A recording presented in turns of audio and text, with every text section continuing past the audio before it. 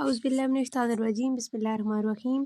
ENG 511 lesson number 30 है हमारे पास, lexical influence on cognition.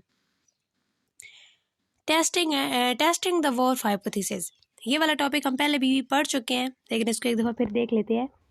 Any study that attempts to test the hypothesis that differences in language determines differences in thinking must at the outset defines the three key terms।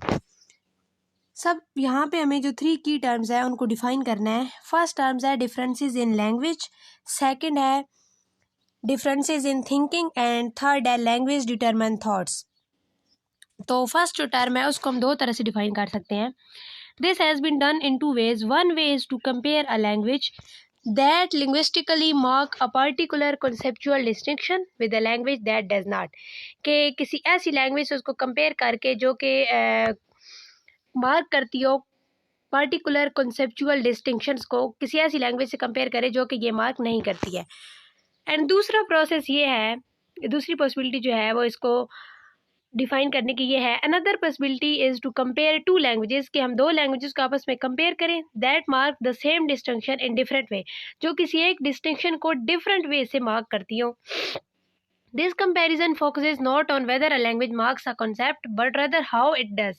ना सिर्फ ये कि वो किस तरह कॉन्सेप्ट को मार्क करती है, बल्कि वो किस तरह करती है। As we have seen, English marks number through the use of plural morpheme। ये वाला एमसीक्यूज में भी आ सकता है। English mark number through the use of plural morpheme। One comparison would be another language that does not mark number। अब इसका हम comparison किसी ऐसे लैंग्वेज के साथ कर सकते हैं जो कि नंबर को मॉर्फीम से मार्क नहीं करती है। Another would be language that marks number in different way, या कोई ऐसी लैंग्वेज जो किसी और तरीके से करती है।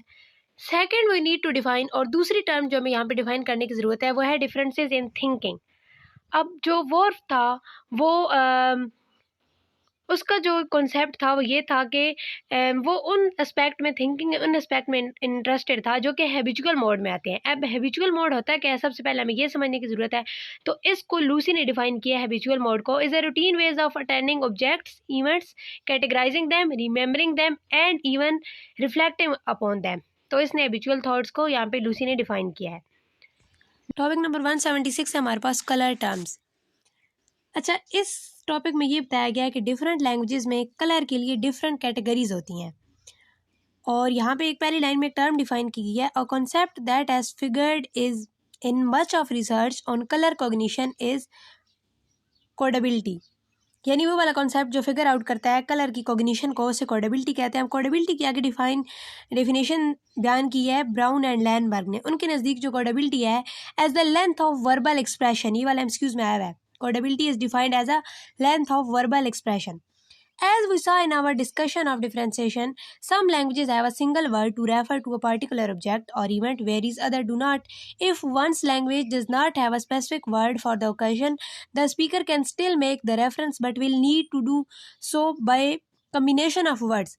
कि हमने डिफरेंशिएशन वाले कॉन्सेप्ट में ये पढ़ा है कि कुछ लैंग्वेजेस में किसी ऑब्जेक्ट को या किसी इवेंट को रेफर करने के लिए एक स्पेसिफिक वर्ड होता है, कुछ लैंग्वेजेस में ऐसा नहीं होता है। और अगर कोई ऐसी लैंग्वेज है जिसमें किसी ऑब्जेक्ट को, किसी इवेंट को रेफर करने के लिए स्पेसिफिक वर्ड नहीं है, तो वो उस चीज़ को रेफर करने के लिए ना कुछ वर्ड को कंबाइन कर लेंगे। जैसे इंग्लिश की एग्जांपल हमने पढ़ी थी, हमारे जो हैंड का जो फ्रंट वाला हिस्सा है उसको हम कहते हैं पाम, जबकि जो बैक वाला हिस्सा है उसको रेफर करने के लिए कोई इंग्लिश में स्पेसिफिक वर्ड नहीं है, तो हम उसको कह सकते हैं बैक ऑफ द हैंड। यहाँ पे ये बताया गया है। The relationship between frequency and length is captured in what is called Zipf law। Zipf law बहुत important है। ये relationship होता है बेसिकली frequency और length के बीच में। Some time ago Zipf 1935 examined Chinese। Zipf एक बंदे का नाम था, उसने चाइनीज़, लैटिन और इंग्लिश को लैंग्वेजेस के जो वर्ड्स थे उनको जमा किया, that the length of the word is negatively correlated with its frequency of usage। तो उनकी जो लेंथ थी वो नेगेटिवली कोरिलेटेड थी with its frequency of usage। that is, the more frequently a word is used in language, the shorter the word measured either in phonemes or syllables। English contain many example of Zipf law। अच्छा, ये MCQs में भी आ सकता है, question भी आ सकता है कि इंग्लिश में से Zipf law की कोई एग्जाम्पल दें। Whenever mass produced technological innovations are introduced in society, their initial cumbersome names mean shortened for easy references. For example, video camera, video cassettes recorder becomes cams recorder. ये वाला MCQs में आ सकता है. जिप फ्लॉग की एग्जांपल है cam recorder.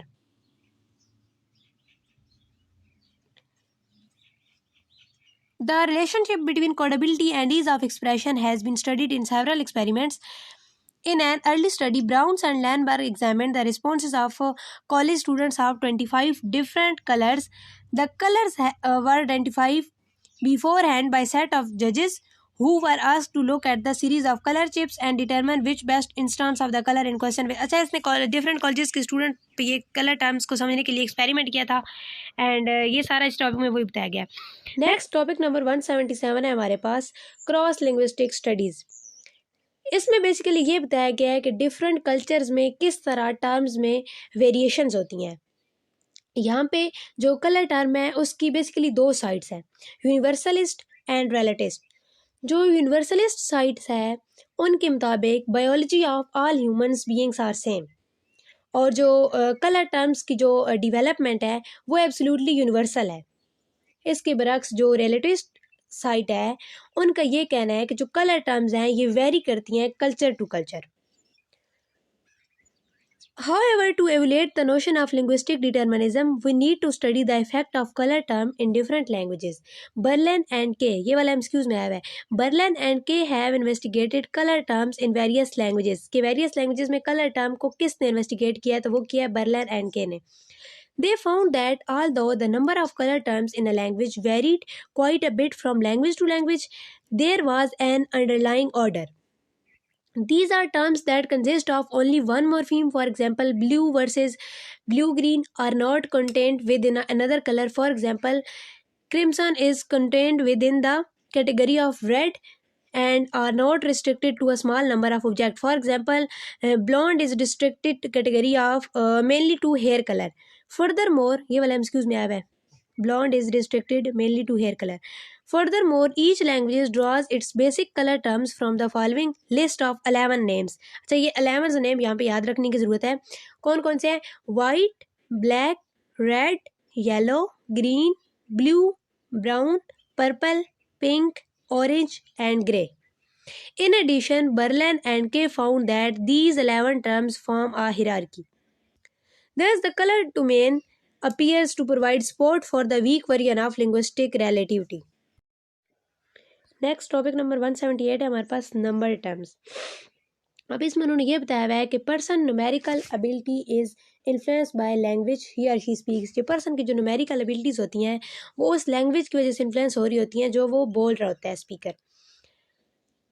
These studies have examined how morphological differences in number names between Asian languages, Chinese, Korean and Japanese and English may influence children's conceptualization of numbers and ultimately their mathematical achievements.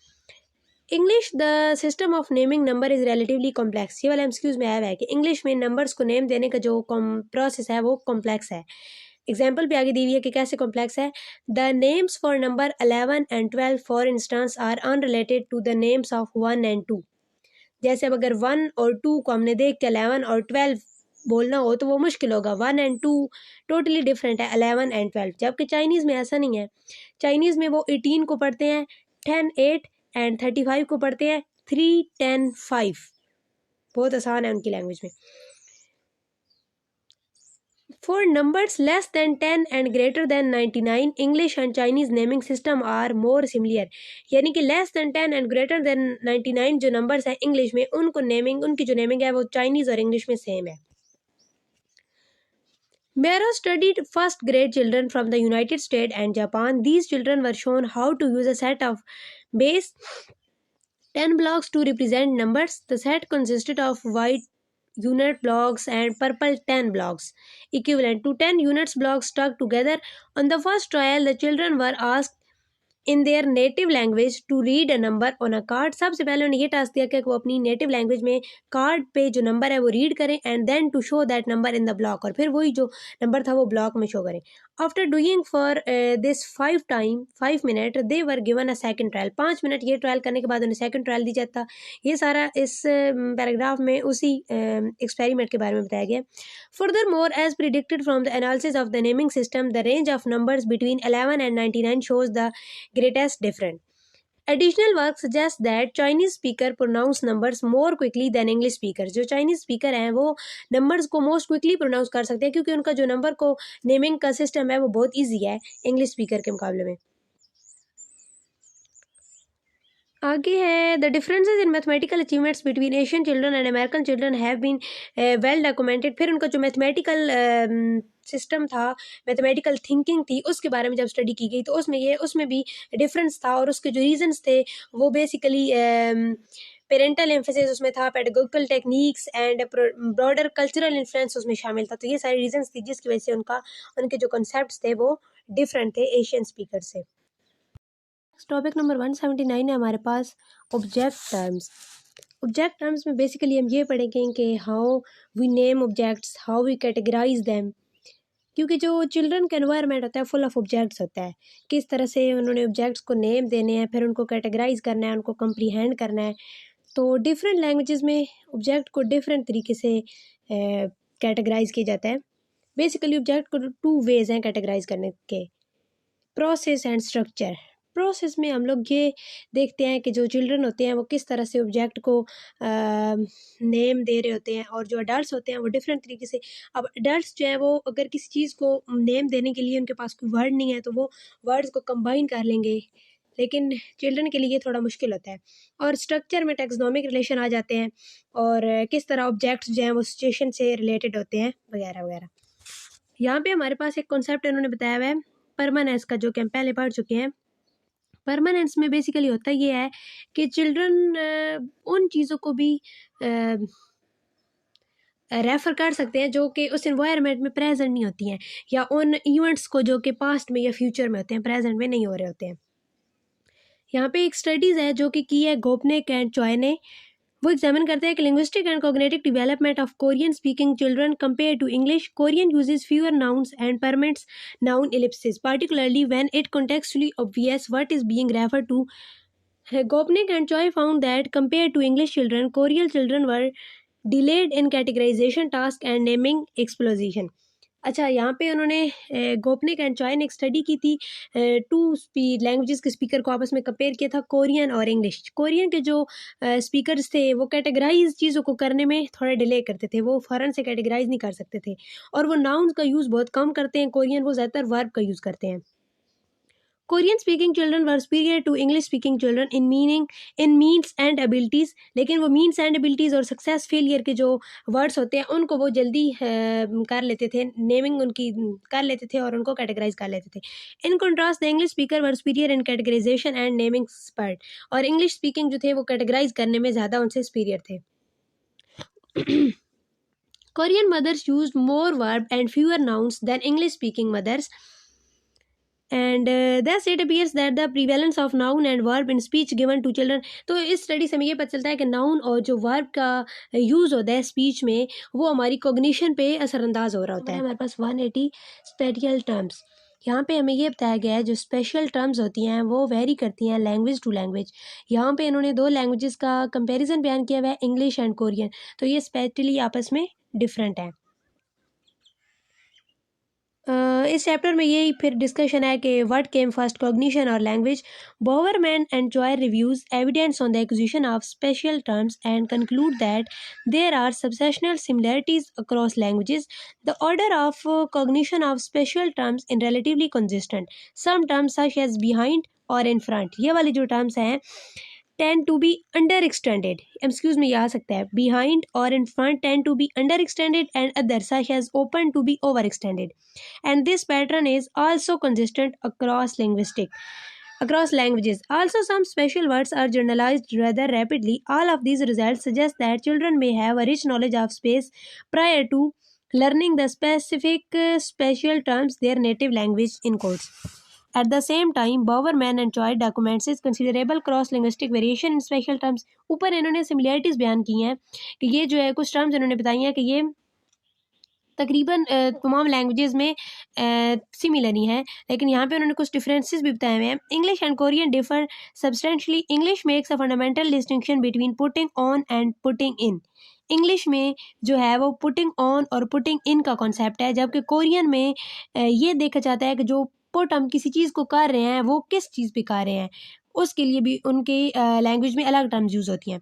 Korean uses term kkita to mark a property, ये वाला MCQs में आ सकता है कि उन्होंने term जो है kkita to mark property and we are not familiar with in English, जबकि ये टर्म इंग्लिश में हम इस टर्म से वाकिफ़ नहीं है। Weather two objects with complementary shapes fit together into an interlocking tight fitting relationship.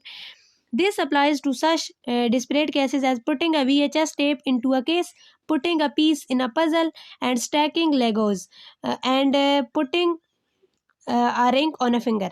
अब इंग्लिश में putting ring on a finger, English में ऑन का कॉन्सेप्ट है, और ये जो VHS टेप है और पुटिंग अ पजल, इनके लिए इन का कॉन्सेप्ट है इंग्लिश में। Notice that in English the first two of these would be consider putting in and the other two putting on. In fact Korean makes the distinction between putting things into tight container और loose container.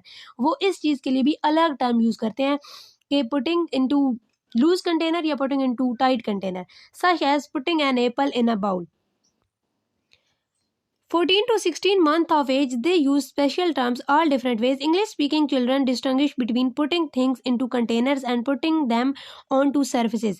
मतलब अगर इन container के अंदर इन to container कर रहे हैं तो वो इन की कॉन्सेप्ट आएगी, अगर सरफेस की कर रहे हैं ऊपर तो वो ऑन की आएगी। But paid no attention to whether the object fit the container tightly और लूजली। लेकिन इंग्लिश में इस चीज़ पे इतनी ज़्यादा तवज्जो नहीं है कि वो टाइटली उसमें पुट हो रही है या लूजली हो रही है।